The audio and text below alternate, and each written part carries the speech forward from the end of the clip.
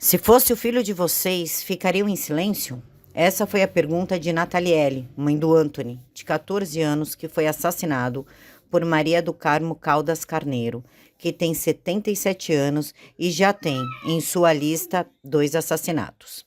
Enquanto a família do Anthony clama por justiça desde 24 de novembro de 2024, Maria do Carmo está liberada para beber, usar entorpecentes, dirigir sem CNH e matar.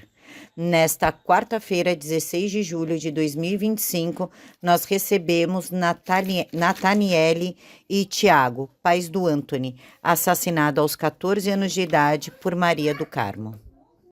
Muitos criminosos não serem condenados a contento, quando são, não cumprem verdadeiramente a pena integral. São colocados em liberdade com facilidade. O ministro Lewandowski, que foi um dos que trabalhou para criar uma porta giratória nas delegacias, nos presídios, que se chama audiência de custódia. Não fica preso. Vagabundo não fica preso. E eu queria falar aqui de uma criminosa tão perigosa quanto esses que assaltam e matam, mas ela não assalta, não mata, até porque ela é rica, ela tem dinheiro, mas ela enche o rabicó de cachaça e dirige. Já faz mais de 30 anos que uma senhora, hoje ela está com 77 anos, ela já bateu o carro inúmeras vezes, matou inclusive a própria mãe e o condutor de um outro veículo. E agora em novembro, essa mulher embriagada, essa idosa embriagada, com a carteira nacional de habilitação cassada, suspensa, ela bateu novamente uma BMW que ela conduzia, ela estava em zigue-zague na pista, bateu em um veículo onde estava um homem e seu filho Anthony, de 14 anos, estava levando esse garoto de Araruna, onde ele reside, para Campo Mourão, para fazer uma prova. O carro em que o pai e filho estavam foi atingido por uma BMW. Segundo testemunhas, fazia zigue-zague na pista.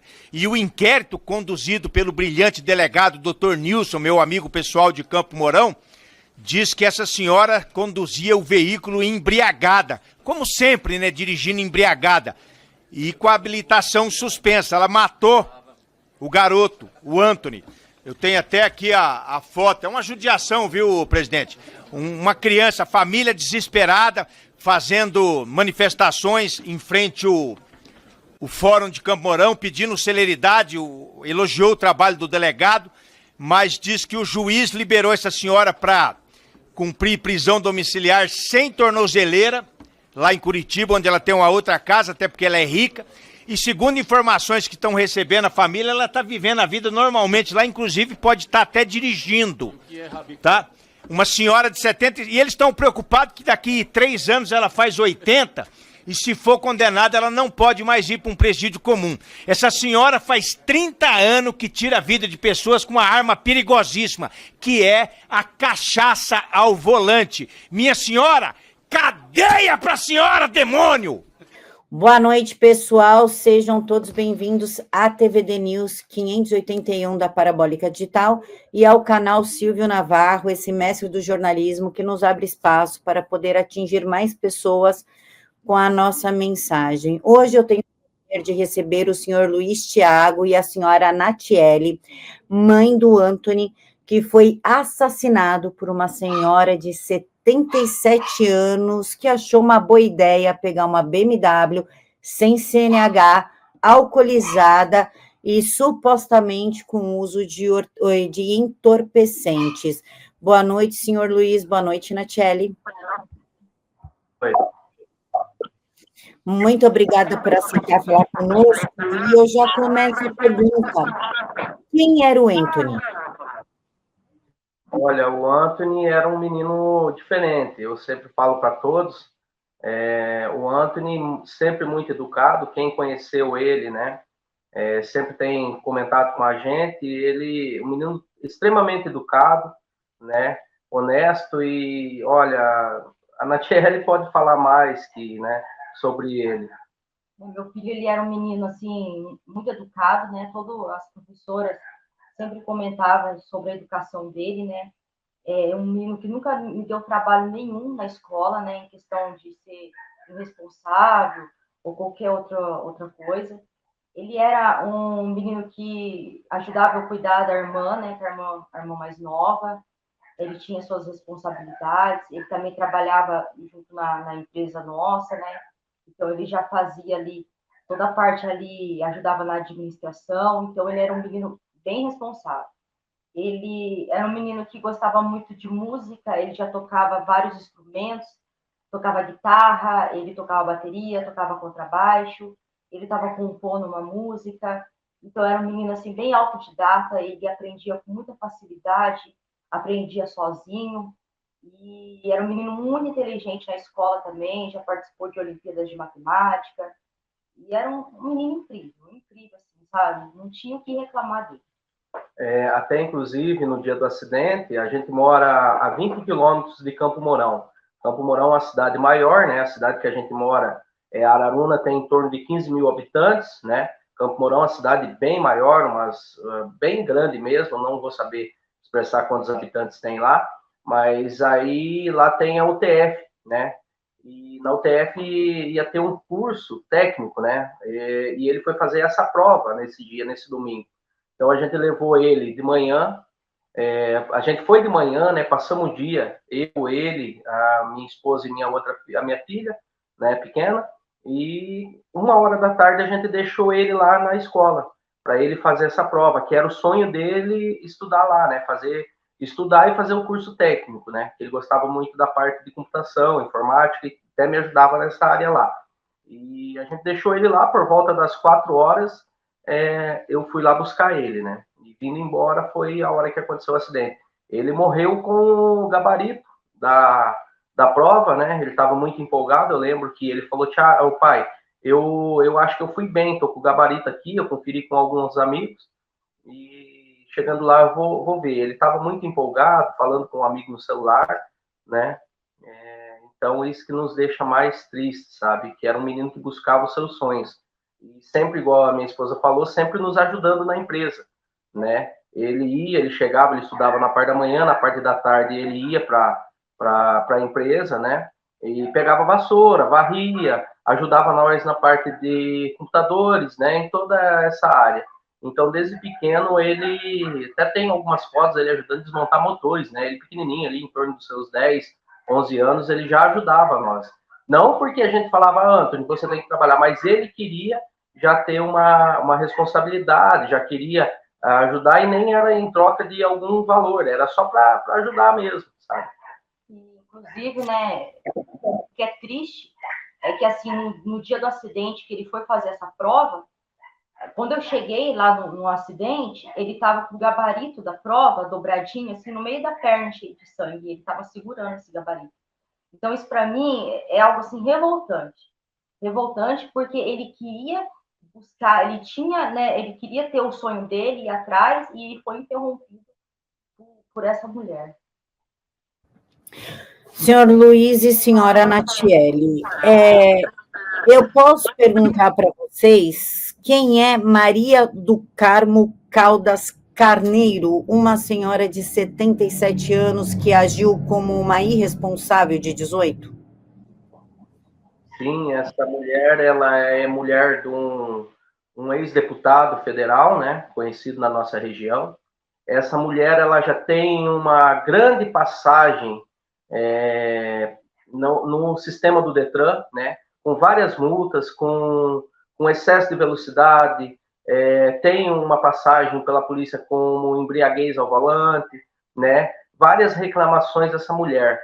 Essa mulher, se ela fosse fosse punida em 1994, que foi o primeiro acidente que ela causou com 2 vítimas, e inclusive uma das vítimas era sua mãe, se ela fosse punida já nesse período, eu acredito que ela não teria tirado a vida do meu filho desta forma, né? Que foi da mesma forma, invadiu a pista em alta velocidade, né? Matou um homem e deixou a sua esposa até hoje com várias dificuldades para andar, vários problemas, né?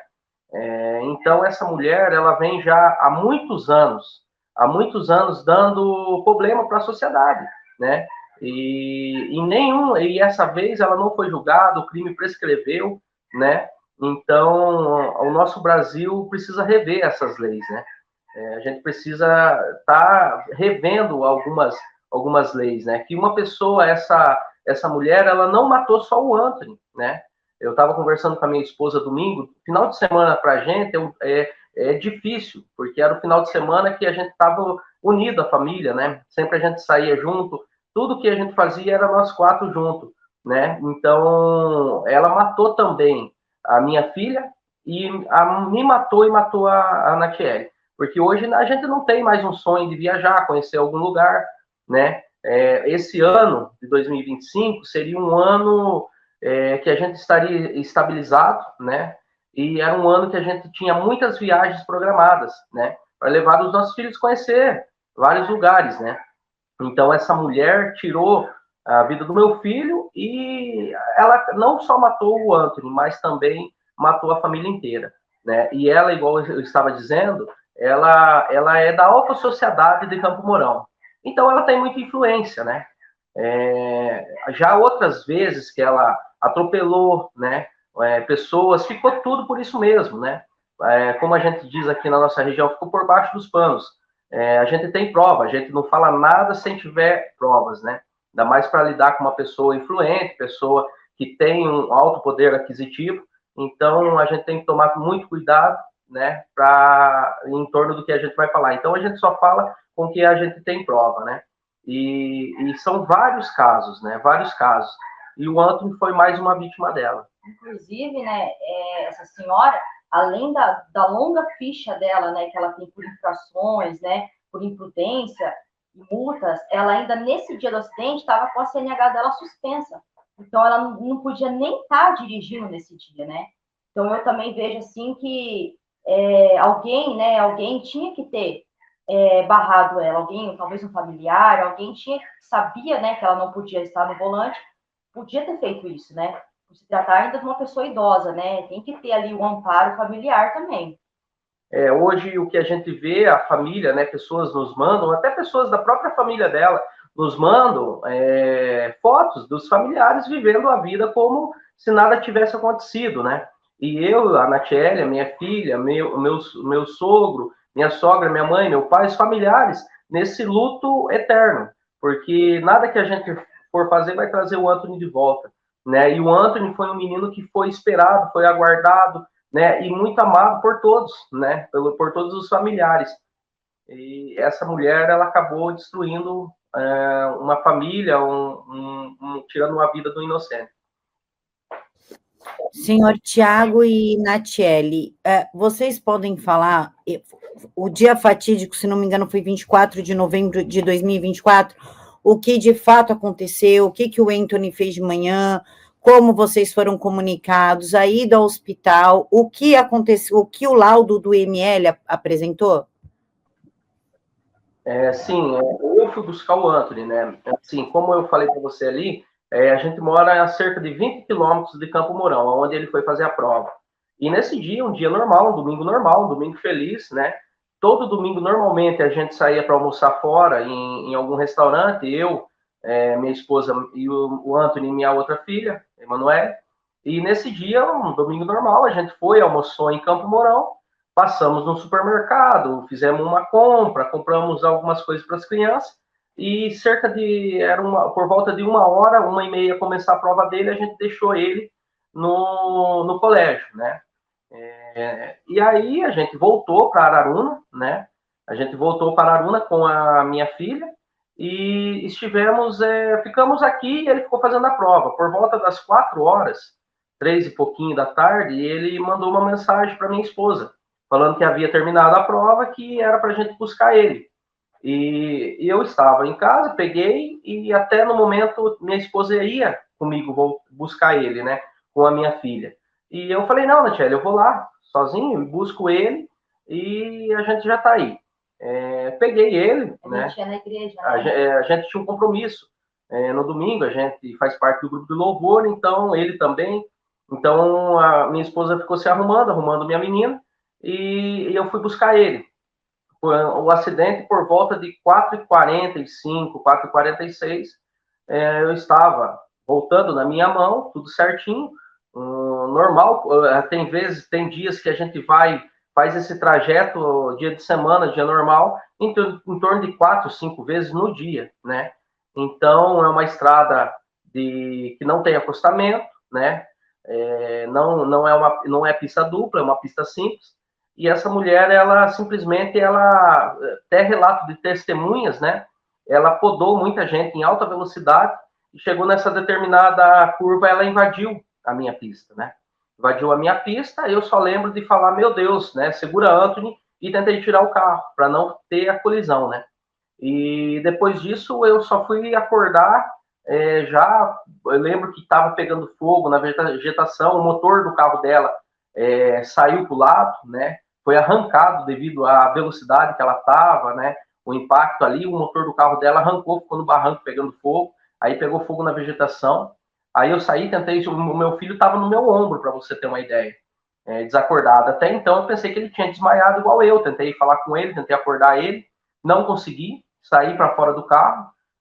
Chegou algumas pessoas, né? Eu lembro que um médico até que atua em Araruna chegou, e eu falei para ele, doutor, pelo amor de Deus, ajuda meu filho, socorre meu filho.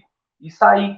Nesse momento que eu saí, eu fui ver quem era as pessoas. Eu pensei até então que podia ser uma família que estava na BMW, porque acidente acontece, né? Acontece. Só que não quando uma pessoa pega um carro, ingere bebida alcoólica, né?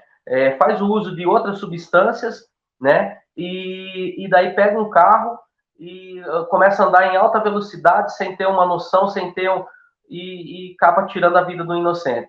E aí, quando eu cheguei nessa mulher, né, eu vi que era só ela e falei para ela, a senhora viu o que a senhora fez? A senhora acabou com tudo, né? A senhora tem noção do que a senhora fez? Aí eu me recordo, até falei em outra entrevista, ela, bem irônica, bem debochada, ela falou assim, você já vai começar?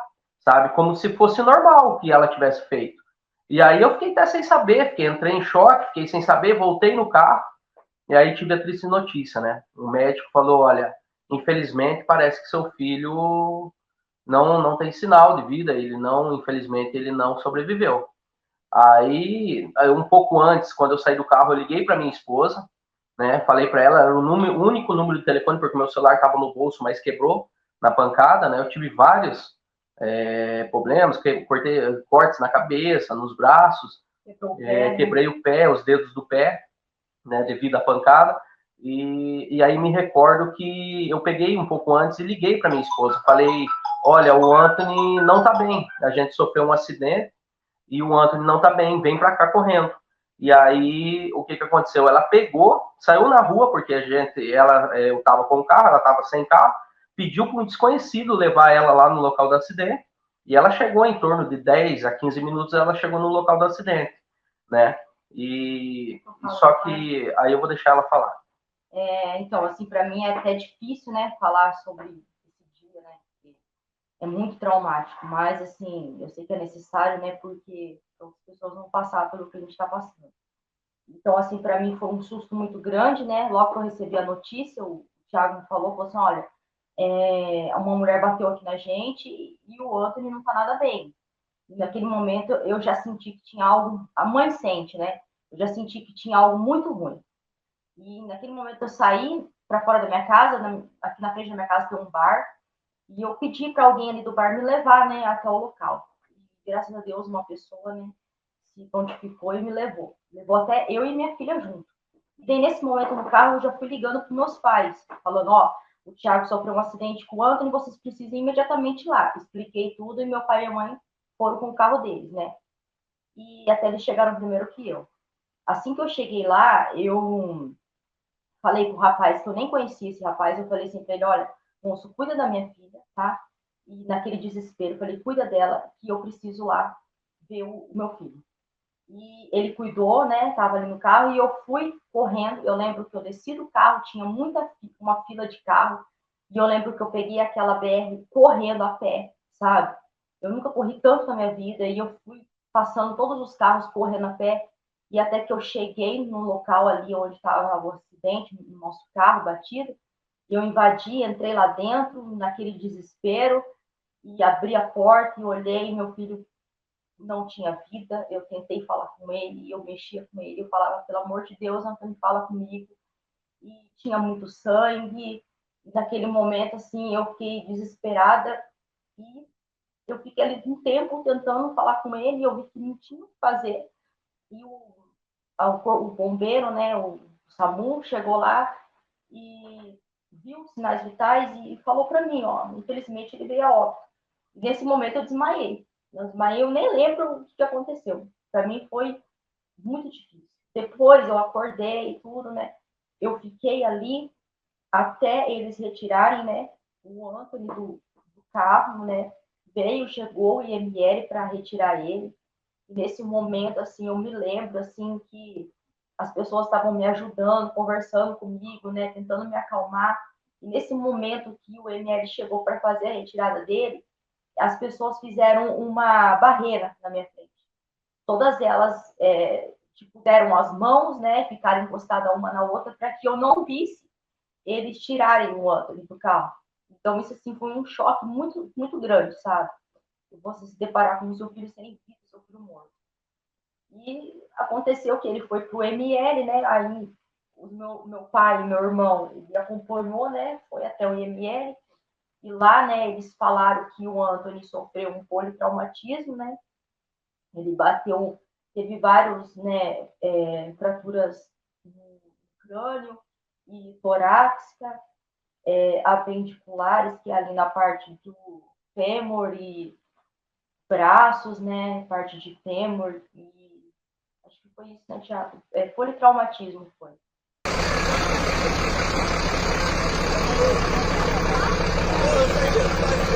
O menino que tá ali dentro tá morto, estão tentando tirar ele. Pai desesperado, coitado.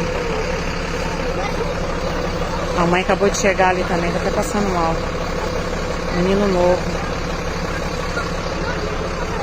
Estão tirando ele lá agora.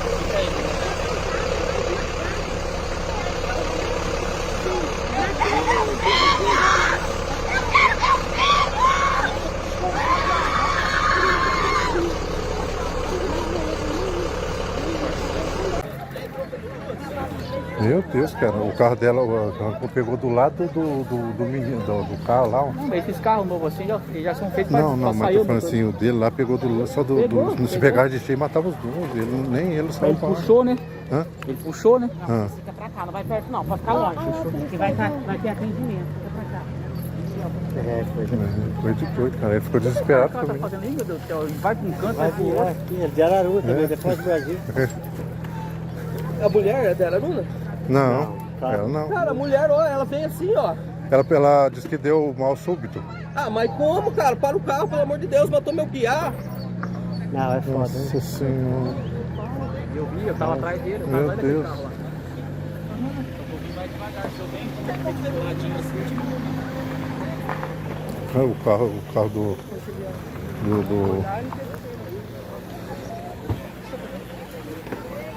ali é os motores que tá lá, né? Tem lá do tanque também.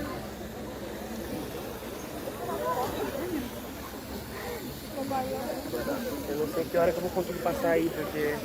Vou dar uma volta lá pro Pedro.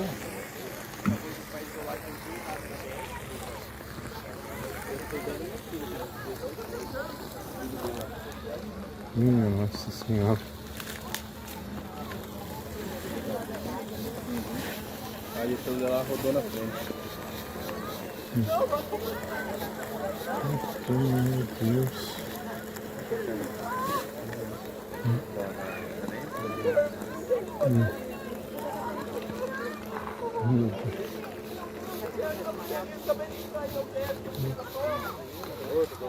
Meu Deus do céu! Cara, essa mulher tá bêbada, alguma coisa, não é mal súbito não, ela não conseguia controlar o carro.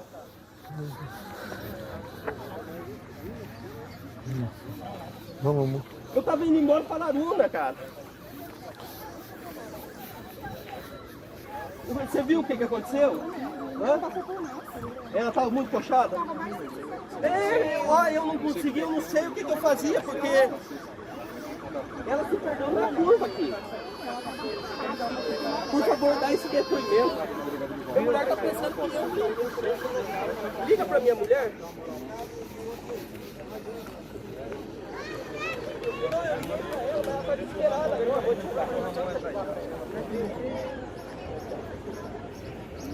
Ai do céu. Esse feio bordoado não. Nossa senhora, cara. Ainda bem que eu não fui. Eu ia para Aruna, minha mulher queria ir na tia dela lá, ainda bem que eu não fui. Deus o livre.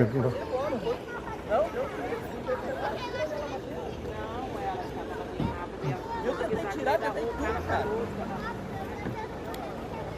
Não, ela dá pra ver, cara. Não tem. Passar o caminhão vai ter que passar por aqui.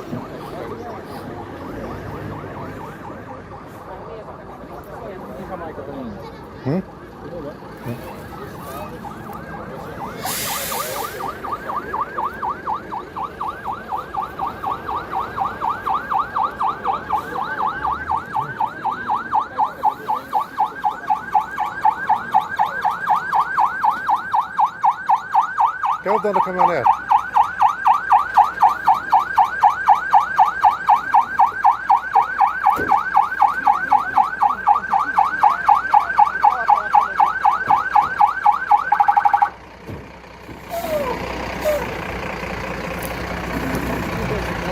Esse carro aqui, vou estacionar lá.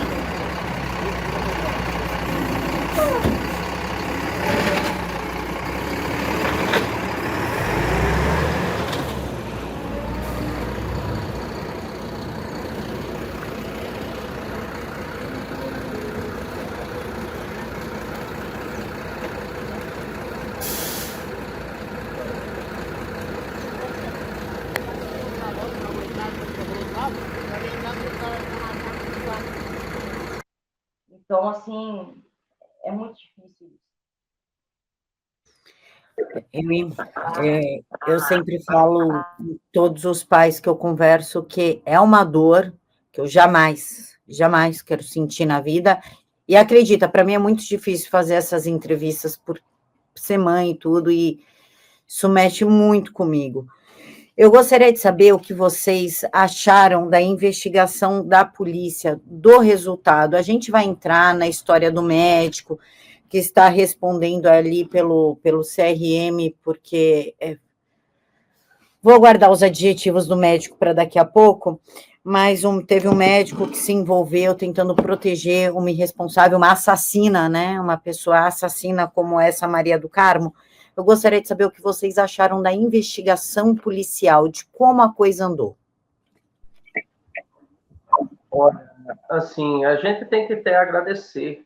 A gente sabe que todo setor público é complicado, né? Então, assim, pelo ser final do ano, né? Muitos de férias, foi em novembro, 24 de novembro, já entraria dezembro.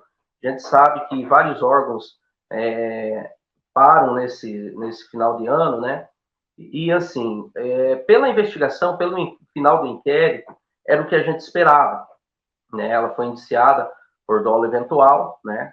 Quando você assume o risco de você matar uma pessoa, né? Era o que a gente esperava, o mínimo que a gente esperava.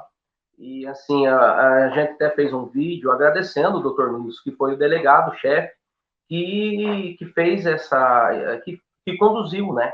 Todo o inquérito. Então, os policiais também, né? Fizeram um ótimo trabalho. A gente só tem a agradecer eles, né? Pelo trabalho feito. Senhora quer falar? Não. Agora, a respeito do médico, ele está respondendo no CRP, no CRM, por impedir que ela fizesse o teste ali do bafômetro para constatar que ela estava bêbada. O que o médico teve a ver com isso? Por que ele fez isso? O que isso significaria para ele? Olha, esse médico, a gente até não sabia. Para mim, foi muito difícil, sabe? Porque depois do acidente, eu fui para o hospital, né? Fui para o hospital e eu estava vendo a assassina do meu filho na minha frente. Só que eu não ia julgar ela e, né? Eu sempre esperei da justiça. E ela estava na minha frente, numa maca de frente com a minha, né? No pronto atendimento ali do hospital. E nessa hora eu estava preocupado, né, não tinha mais o que eu fazer pelo meu filho. né? Só que eu estava preocupado com a minha esposa, eu estava preocupado com meus familiares, eu estava preocupado com a minha filha, né? Eu queria sair dali para poder ajudar eles em tudo, né? Porque para mim foi muito difícil estar ali no hospital e deixar eles sozinhos passar por tudo que eles estavam passando, né? E daí o que me estranhou muito foi que eu estava totalmente abalado e passou alguns minutos, não sei o quanto, porque a gente perde noção de tempo, né? Para mim foi tipo assim, questão de alguns minutos, né? Só que eu vi pela filmagem que foi exibido, né, de câmera de segurança, que isso já era noite.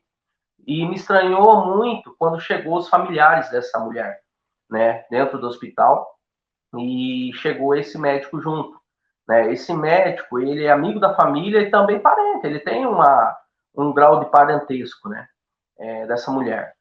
Tanto que foram enviados para a gente fotos de comemorações passadas, né, de ele com a família dela, dessa senhora, da Maria do Carmo. E aí me estranhou muito, né, porque ele chegou, parecia que ele era o dono do hospital, né?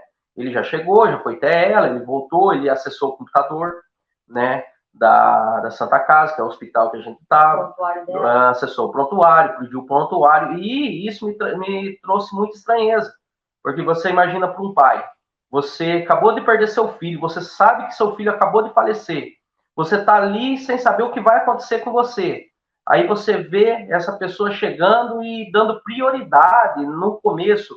Eu achei que era, tipo assim, que ele estava dando prioridade para ela e tal, mas só depois que eu fui entender que ele estava tentando acobertar ela, porque desde o princípio, desde do primeiro contato que eu fiz com essa mulher, com essa senhora, Maria do Carmo, que eu falei para ela se ela tinha noção do que ela tinha feito, eu já senti o hálito etílico, né? Eu já senti o cheiro de bebida, né? Então eu já tinha certeza que ela estava bêbada, né? E eu fui na mesma ambulância, a ambulância que ela. Então eu lembro muito bem do cheiro do álcool, né, etílico, e também o jeito que ela tratava a enfermeira, não sei se era. Eu estava assim em choque, mas eu lembro que ela era bem arrogante com a mulher e tal, né?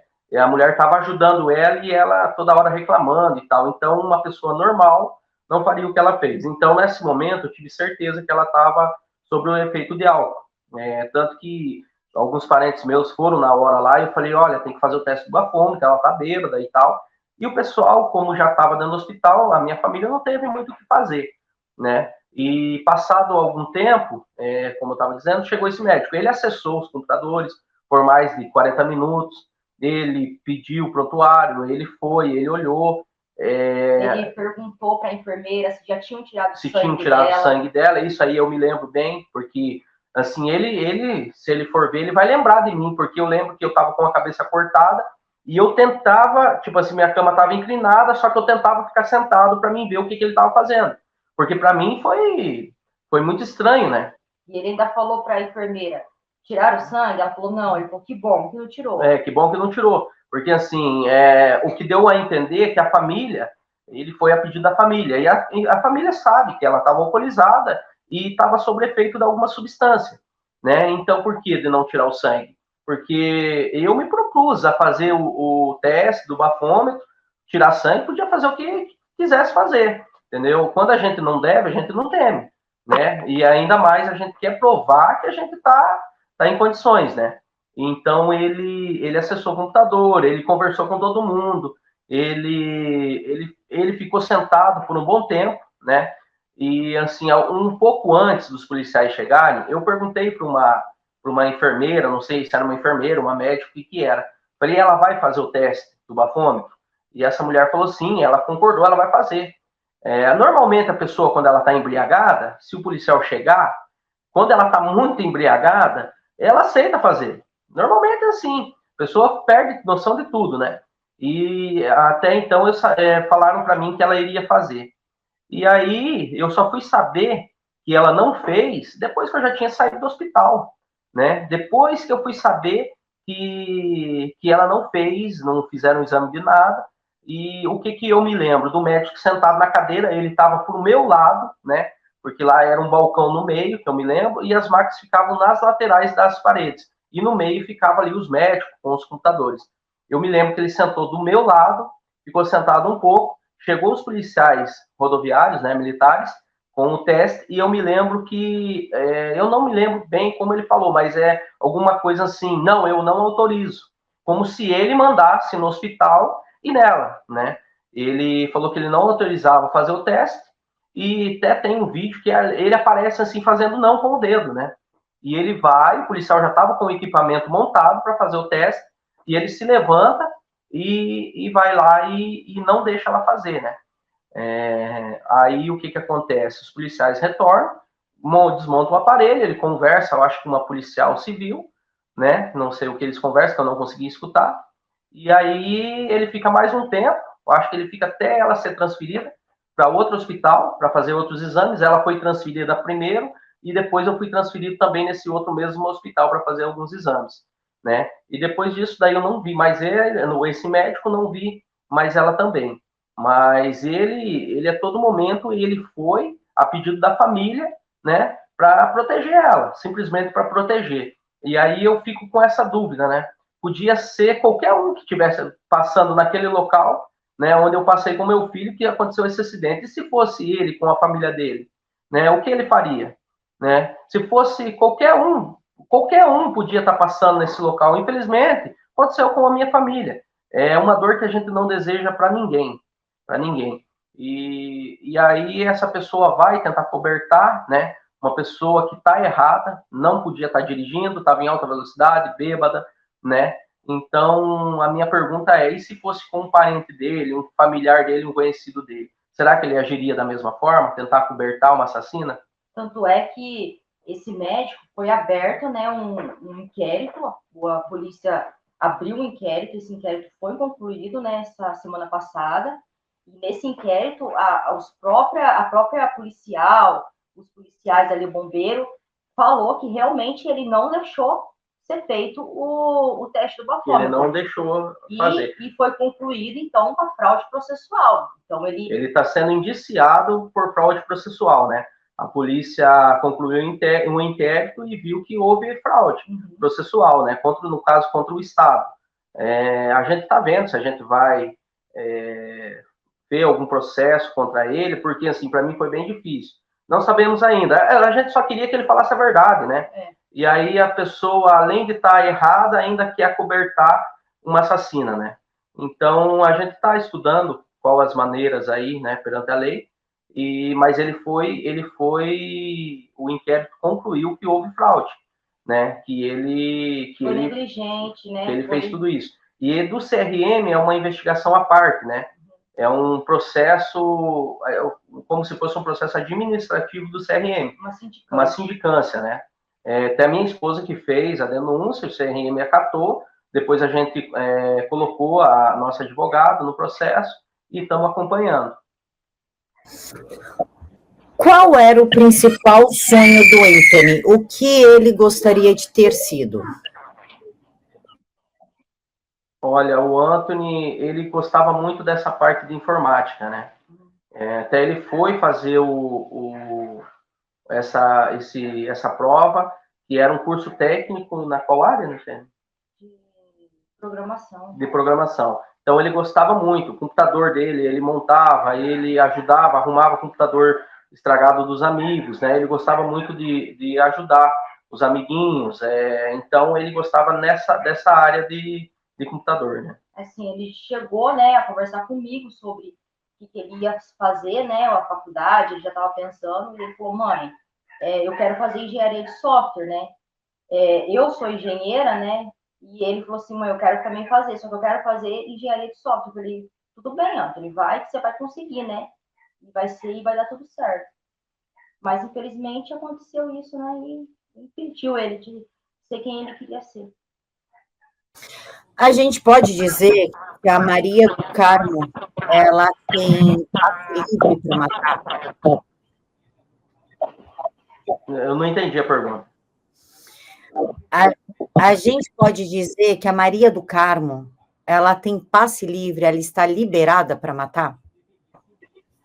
Olha, eu acredito que sim, porque se ela fosse punida, igual eu falei, né, nos outros crimes que ela cometeu, no outro crime que ela cometeu, né, tirou a vida de um trabalhador, de uma pessoa do bem, né, deixou a esposa com sérios danos, né, se ela tivesse sido impedida, punida e impedida, né, talvez até pelos próprios familiares que sabem que ela tem problema com o alcoolismo, né, várias testemunhas que conhecem, várias pessoas nos procuraram e falou, olha, ela tem problema com álcool, então se tivessem tomado uma providência, não teria acontecido, né? E ela, a qualquer momento, ela está em prisão domiciliar, né? O juiz concedeu para ela estar em Curitiba, numa prisão domiciliar lá, porque ela tem residência lá, né? Só que a gente não sabe, não está lá para fiscalizar, não tem como. Não tem tornozeleira. Não tem tornozeleira, foi pedido o uso da tornozeleira eletrônica, foi negado, né? Foi pedido várias petições. Cassação de passaporte dela foi negado também. E agora ela está lá em Curitiba, a gente não sabe se ela está saindo, se ela está realmente cumprindo ou descumprindo essa prisão domiciliar. E a gente sabe que ela é alcoólatra, que ela já matou pessoas, então, assim, talvez seja até um risco, né? É um risco para a sociedade. Se você for puxar só as infrações de trânsito dela, já se comprova que é um risco, né? Para a sociedade. Só em alta velocidade, tem várias pessoas em grupo de WhatsApp que falam, nossa, essa mulher só andava em alta velocidade, não respeitava sinal de trânsito, não respeitava nada. Então, eu posso dizer que ela é um risco para a sociedade, né? Mas o juiz entendeu que ela pode ficar em prisão domiciliar. E eu não posso contrariar, né? Mesmo não aceitando, né? Quem sou eu para, né? Para ir contra o juiz? Mas ela é um risco para a sociedade. Já se passaram, já vai ser 8 meses desde o dia do acidente. E ela só quebrou a perna. Então, assim, acredito eu que desses 8 meses ela já está bem recuperada. Já. O que eu ia dizer agora, ela já se passaram quase 8 meses desde o acidente, né? Eu quebrei os dedos do pé, já me recuperei, e ela fez cirurgia, pelo que a gente ficou sabendo, mas eu acredito que já está recuperada, né? Então, quem pode garantir para a gente que ela está cumprindo essa prisão domiciliar ou não está pegando em Curitiba um carro e andando? Não tem como a gente saber, né? Pode ser que ela está cumprindo, mas pode ser que ela não esteja. Os senhores sentem que a justiça foi feita, a condenação dela, enfim, atingiu o que os senhores esperavam? Olha, não atingiu, porque ela ainda é ré, né? Ela não teve um julgamento. A gente espera que ela vá a júri popular, né? Porque ela se tornou ré, o promotor ofereceu a denúncia e o juiz acatou, né? Então, ao decorrer do processo, a gente espera que ela vá a júri popular, né? Que eu acredito que é difícil por todas as evidências, todas as testemunhas, todos os... igual eu sempre falo, né? Contra a prova não há argumento, né? Contra a prova não há argumento. Então, eu acredito que o juiz vai acatar, né, todas as provas, e eu acredito que se ela for a júri popular, né, e ela for condenada pelo crime que ela causou, eu acredito que a justiça vai ser feita. É isso que a população em geral espera, né? Porque o caso do Anthony causou muita comoção social, né? O Anthony era um menino que não gostava de se expor, né? Muitas vezes a gente ia tirar uma foto, ele era muito tímido, né? E hoje o que acontece? Hoje, bem dizer assim, ele está em várias matérias, em vários locais de mídia, né? Mas eu acredito que é por um bem maior, né? A morte do meu filho não pode ser apenas uma estatística, né? Ele vai ter que representar alguma coisa. Igual eu falei, eu não desejo essa dor para nenhuma família, coisas que podem ser evitado. Podia ser que estaria no carro eu, minha esposa e minha outra filha. E aí, mataria a família inteira? Acabaria com o sonho de uma família inteira? Apesar que acabou, igual eu falei, né? Hoje nós somos mortos-vivos, porque a gente não tem ânimo para nada. Hoje a gente está vivendo pela nossa outra filha. Mas o nosso ânimo, minha esposa, toda semana está indo num médico diferente. Porque depois disso ela está tendo problemas que, devido o estresse pós-traumático, eu estou tendo problema de imunidade, eu estou tendo que tomar vou ter que fazer um tratamento de 6 meses com antibiótico, então, assim, isso mexe com tudo, né? Não é só psicológico, acaba mexendo com toda a parte física da gente. Tomando remédio tarja preta para dormir, coisa que a gente nunca precisou, né? A gente era uma família feliz, tudo unido ali, e hoje minha esposa tem que tomar remédios para dormir, remédios para acordar, remédios para viver, né? Ainda tendo outros problemas para lidar. E assim, a gente espera que a justiça ela seja mais rápida, né? Porque a gente vê que ela já se trata de uma pessoa com uma idade, né, já avançada, 77 anos, né?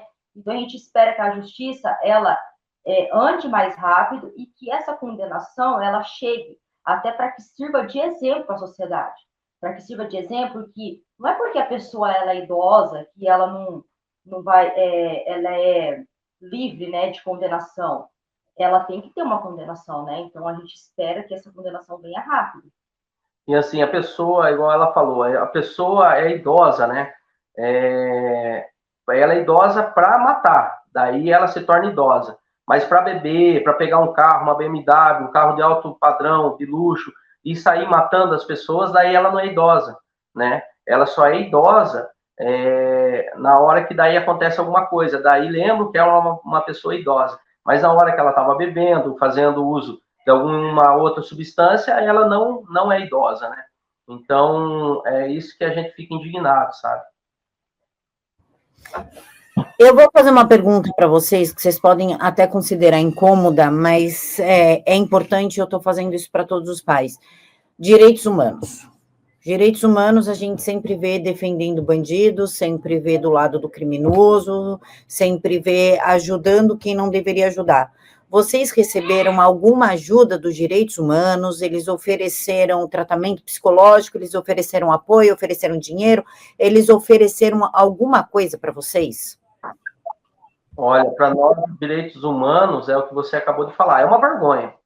Direitos humanos está aí para ajudar bandido, simplesmente bandido, porque ninguém nos procurou, nem sabemos quem trabalha nos direitos humanos, não tivemos procura de ninguém, né? A gente só vê falar que os direitos humanos está protegendo algum bandido, né?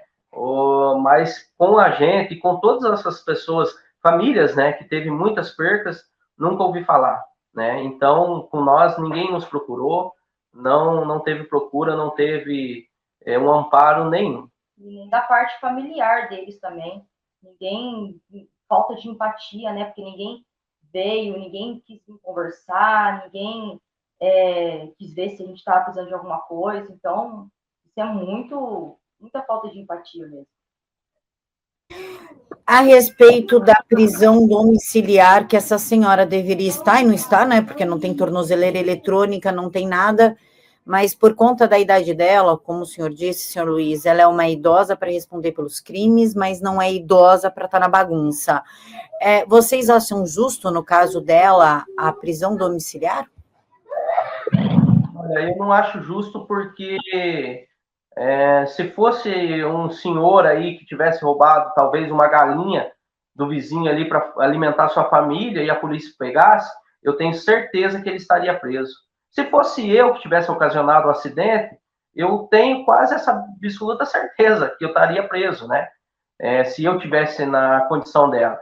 Mas eu sei de vários casos aí de pessoas que talvez coisinha pouca, né? Pouca, até na nossa região aqui mesmo. Logo depois, teve um caso também aqui numa cidade vizinha, de um cara que matou um casal e uma outra pessoa que era parente desse casal. Estava embriagado. Até hoje ele está preso, né? Então, eu vejo assim, essa mulher, ela é da alta sociedade de Campo Mourão. E ela tem vários amigos políticos, né? Para ela, se ela fosse presa, se ela tivesse presa, hoje seria um escândalo, né? Então, de uma maneira ou outra, acaba aliviando para essa assassina, né? O senhor falou uma frase que me chamou a atenção. Se ela estivesse presa, isso seria um escândalo. Mas não é um escândalo ela matar um ser humano? É isso que a gente vem tentando entender. Igual eu falei para você, esse caso de uma cidade vizinha, também logo depois, na mesma semana, teve um senhor que estava bêbado e bateu num poste. Derrubou o poste e estava embriagado. O que aconteceu? Foi preso. E duvido se não está até hoje preso, porque ele não tem dinheiro para pagar advogado e está lá, né? E essa senhora, qual que é a diferença? O poste vale mais que a vida do meu filho? Né? Esse poste vale mais, é um negócio que pode ser substituído, arrumado, consertado, e isso que nos deixa triste, porque no Brasil hoje o que se vê são uma balança e dois pesos, é o que eu venho dizendo, né? São uma balança e duas medidas, né? Não são, as leis não são feitas para todos, algumas pessoas têm algum privilégio, né? E é isso que a gente não aceita. E assim, a gente sabe que tem outras opções, né? Eu esperaria pelo menos uma tornozeleira eletrônica, né? Pelo menos, coisa que não foi feita. E a gente sabe também que tem um complexo médico penal, né? Se ela estava machucada, ela podia ficar no complexo médico penal, né? Então a gente tem outras opções que podia ser aplicada a ela e que não foi. E assim, perante tudo isso, a gente confia no judiciário. A gente confia que ela vai ser punida. No Congresso, o silêncio do Congresso, que é o nome do quadro, inclusive, é o nome do programa. O silêncio do Congresso está matando os nossos filhos? Olha, com certeza. Hoje, talvez a gente não tenha as leis mais severas. Vou ser bem enfático em falar, talvez a gente não tenha umas leis mais severas, porque os próprios governantes vão cair nessas leis, né? Talvez se a gente tivesse a pessoa causou um acidente de trânsito com vítima, ela não tem que escolher se ela vai fazer o bafômetro ou não. O agente policial teria que chegar e fazer, né? Porque essa pessoa acabou de matar uma pessoa. E aí ainda ela pode escolher se ela pode produzir prova contra ela mesma, ela acabou de tirar uma vida, né? Então eu acredito que se tem uma lei dessa, até pessoas do Congresso vão cair nela. Então por isso que talvez muitas das leis não são aprovadas. E né? assim, tem outros países que não tem esse negócio, se a pessoa tá bêbada, é cadeia, né? Se fosse nos Estados Unidos, essa senhora podia ter 100 anos, ela estava presa. E assim, a gente se pergunta, por que no Brasil é diferente, né? Essa é a pergunta, por que aqui é tudo diferente? Eu vou fazer uma pergunta para vocês, eu gostaria que os dois respondessem, tá? Se vocês estivessem frente a frente, vocês estivessem em Brasília, dentro do Congresso, na frente de 503 deputados, 83 senadores, o que vocês gostariam que eles ouvissem? Olha, eu gostaria que eles estudassem mais as leis do Brasil que precisam ser mudadas, para que outras famílias não venham estar passando por o que a gente está passando, né? Então, tem tantas famílias aí que, por causa de um irresponsável, de uma pessoa embriagada, talvez, né, estão passando essa dor, esse luto eterno, né? Então, eles precisam ver que tem famílias sofrendo por irresponsabilidade de outros, né? Pessoas que pegam o carro, fulano lá pegou e deu um tiro lá na pessoa, matou, né? Qual a diferença da pessoa pegar o carro e atropelar uma outra, ou bater de frente, bêbada, né? Ele assumiu o risco. Ele sabia que podia causar uma morte com esse veículo, né? E eu acho que as leis brasileiras precisam ser revistas. Eu gostaria que a senhora também respondesse. Então, eu acho que tinha que ter mais rigor nessas leis, né? Essas leis tinham que pesar mais, porque hoje, em relação à embriaguez ao volante, né? Tinha que ser mais rigoroso, porque assim, a gente sabe que hoje a maioria de mortes vem de acidentes, né? A gente pode ver que a maioria de mortes no Brasil é causada por acidentes. E por incrível que pareça, sempre tem um indivíduo alcoolizado por trás, né?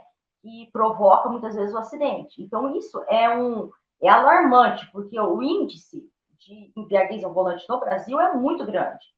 E eu acho assim, quantas pessoas, né, já passaram pela nossa situação e não aconteceu nada.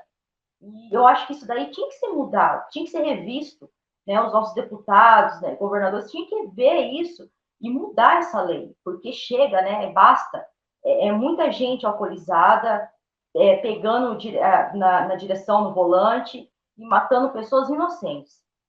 A gente vê muito, né, nas mídias, né, casos que acontecem, né, antes da gente passar por isso, a gente via, né, e falava, nossa, que dó, que judiação, só que a gente não sentia. Hoje, a gente começou a observar, começou a ver com outros olhos, né, então, a gente, igual eu falei, não deseja isso para ninguém, mas você vai esperar acontecer com você ou com a sua família para você tomar uma posição e brigar por isso? Eu acho que também a população tem que tomar uma atitude. Ah, viu a pessoa embriagada? Segura essa pessoa. Ó, é um colega, um amigo. Não deixa pegar o volante.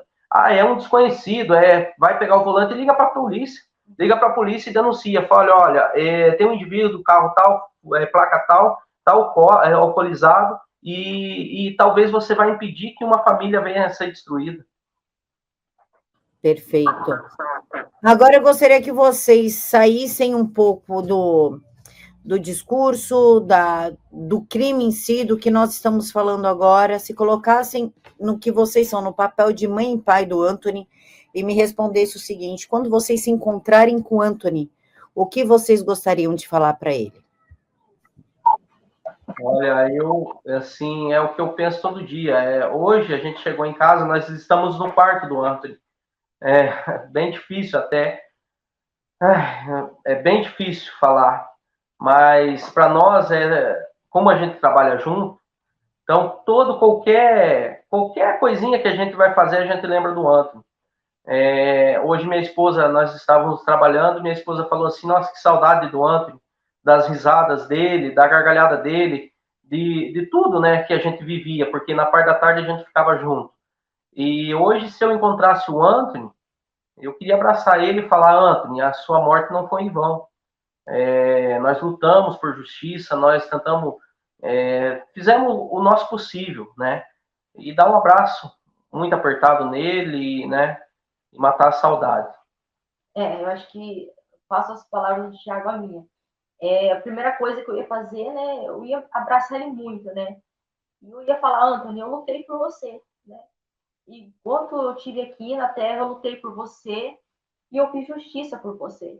Não só por você, Anthony, mas por todos aqueles inocentes que passaram despercebidos pelos olhos da justiça, né? Eu acho que eu faria isso.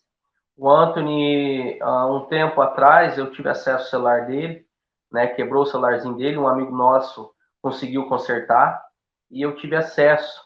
A conversa dele com um amigo, eles estavam escrevendo uma música e um do trecho da música era assim, como que é, né, eu esqueci agora, me fugiu. Então vamos vencer essa guerra.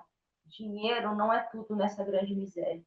Sabe, então a gente vê pessoas correndo atrás de dinheiro e tudo por dinheiro, né? Hoje, eu e minha esposa, nós daria tudo que a gente conquistou, tudo. Podia morar debaixo de uma ponte, se tivesse eu, ela, a minha filha e o Anthony. Hoje nós daria tudo para ter o Anthony de volta. Só que não há dinheiro nesse mundo que compre isso, sabe? Que conselho que vocês dariam aos pais que estão passando por isso agora? Porque ele morreu em 2024, ainda é bem recente, para falar a verdade. Que conselho que vocês dão aos pais que estão vivenciando isso hoje, neste momento, que não estão sabendo lidar com a dor? Eu admiro demais a força de vocês, eu falo isso para todos os pais que eu entrevisto, porque eu não teria esse equilíbrio, essa fé que vocês têm para continuar. Isso eu sou muito sincera, eu não teria.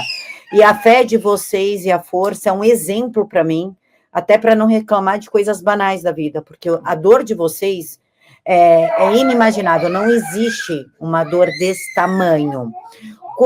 Que conselho que vocês dariam para que as pessoas consigam se manter, consigam seguir? Olha, eu acho que você falou já uma das respostas, né? O Anthony era um menino de muita fé, né? O Anthony, desde pequeno, ele teve muita fé, né, Natiele? E ele tinha muitas das vezes que talvez eu e a Natiele tinha uma discussão, igual você falou, coisas banais da vida, né? E ele vinha e falava, ué, vocês já vão começar, vocês vão brigar por isso, né? E ele nos aconselhava, sabe? O Anthony era um menino muito diferente e a fé dele inabalável. Hoje, o que nos sustenta é a fé, talvez mais a fé dele do que a nossa própria fé, porque hoje a gente vê, né? Hoje nós, na verdade, hoje o Anthony é nosso exemplo, né? E nós tornamos o nosso luto em luta. Todo dia a gente tem saudade, vontade de chegar, dar um cheiro nele, dar um abraço, estar com ele, mas a gente sabe que isso no momento é impossível, né? Então, igual a Natiele falou, nós estamos na luta talvez não só por ele, mas por todos aqueles também que passaram despercebidos, que talvez tenha uma mãe que está ali sofrendo, né? E também está com esse luto, porque esse luto é um luto eterno. Você perder um filho é um luto eterno, é pro resto da vida. Isso aí a gente já tomou conhecimento disso, a gente já sabe, porque é uma dor, a dor eterna. O desespero vai passando, né? Mas a saudade vai aumentando. A saudade todo dia ela aumenta. Então, o que a gente tem para dizer para uma mãe, um pai que está passando por isso, tenta lembrar das coisas boas que você viveu com seu filho, né? É o que nós tentamos lembrar. E se puder, vai à luta para que outras pessoas não passem pelo que a gente está passando.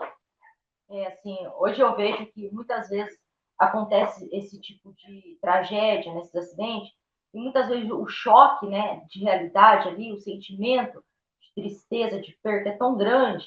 Eu estava até comentando isso com meu esposo. Muitas vezes essa família, essas pessoas, essa mãe, esse pai, acaba não indo atrás de justiça, não indo atrás de procurar a justiça, porque elas acabam ficando, como que eu posso dizer, congelada ali no próprio sentimento de dor, porque é muito difícil mesmo. Eu vou falar para você, é muito difícil você se levantar e ir atrás da justiça, ir atrás de lutar. É difícil.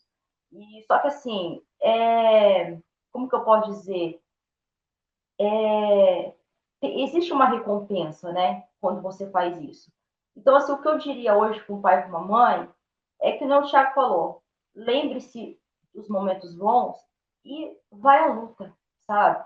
Vai à luta. Porque você indo à luta, você está fazendo pelo seu filho o que ele não pôde fazer.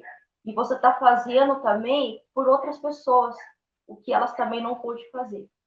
E, assim, a justiça no Brasil é muito cara.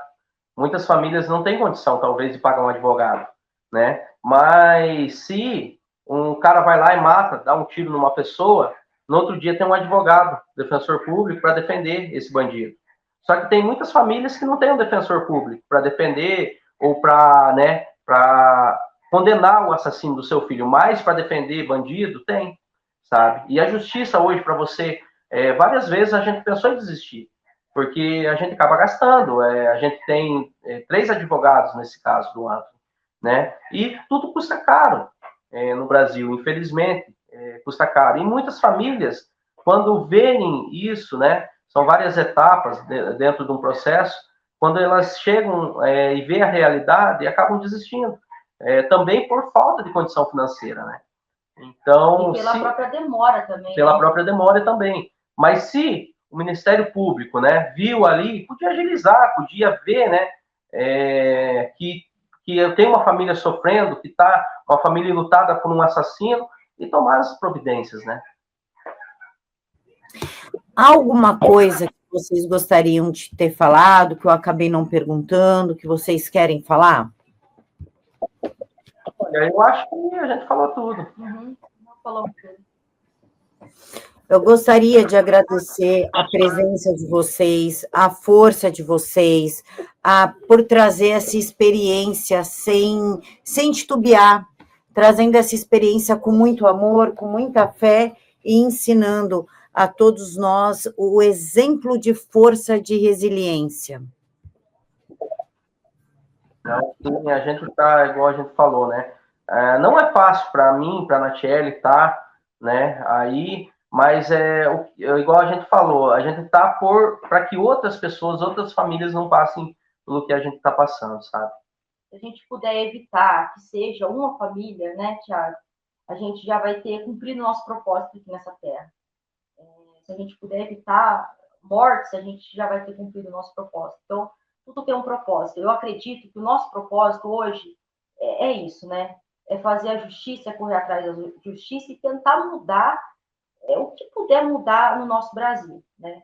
Então, a gente está buscando tentar mudar alguma coisa, tentar trazer alguma coisa para as pessoas poderem entender, né, sobre dirigir embriagado, não pode. Então, a gente está trazendo isso também, essa conscientização. Muito obrigada. Eu agradeço a vocês de todo o coração, a recepção, a entrevista, e eu quero agradecer também o pessoal da TVD, do canal Silvio Navarro, que nos acompanhou até aqui. E, novamente, pessoal, corta a entrevista e encaminha o link para todo mundo, porque juntos nós vamos conseguir mudar alguma coisa dentro do Congresso, cobrando. Agora, se a gente não faz nada, nada muda. Então, encaminha o link para o seu deputado, cobra, né, Natiele? Ajuda a gente a cobrar, né? Sim.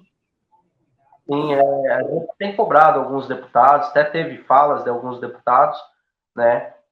Só que a gente não viu nada acontecer, né? Então, a gente sabe que não depende só de um deputado ou de 2 ou 3, né?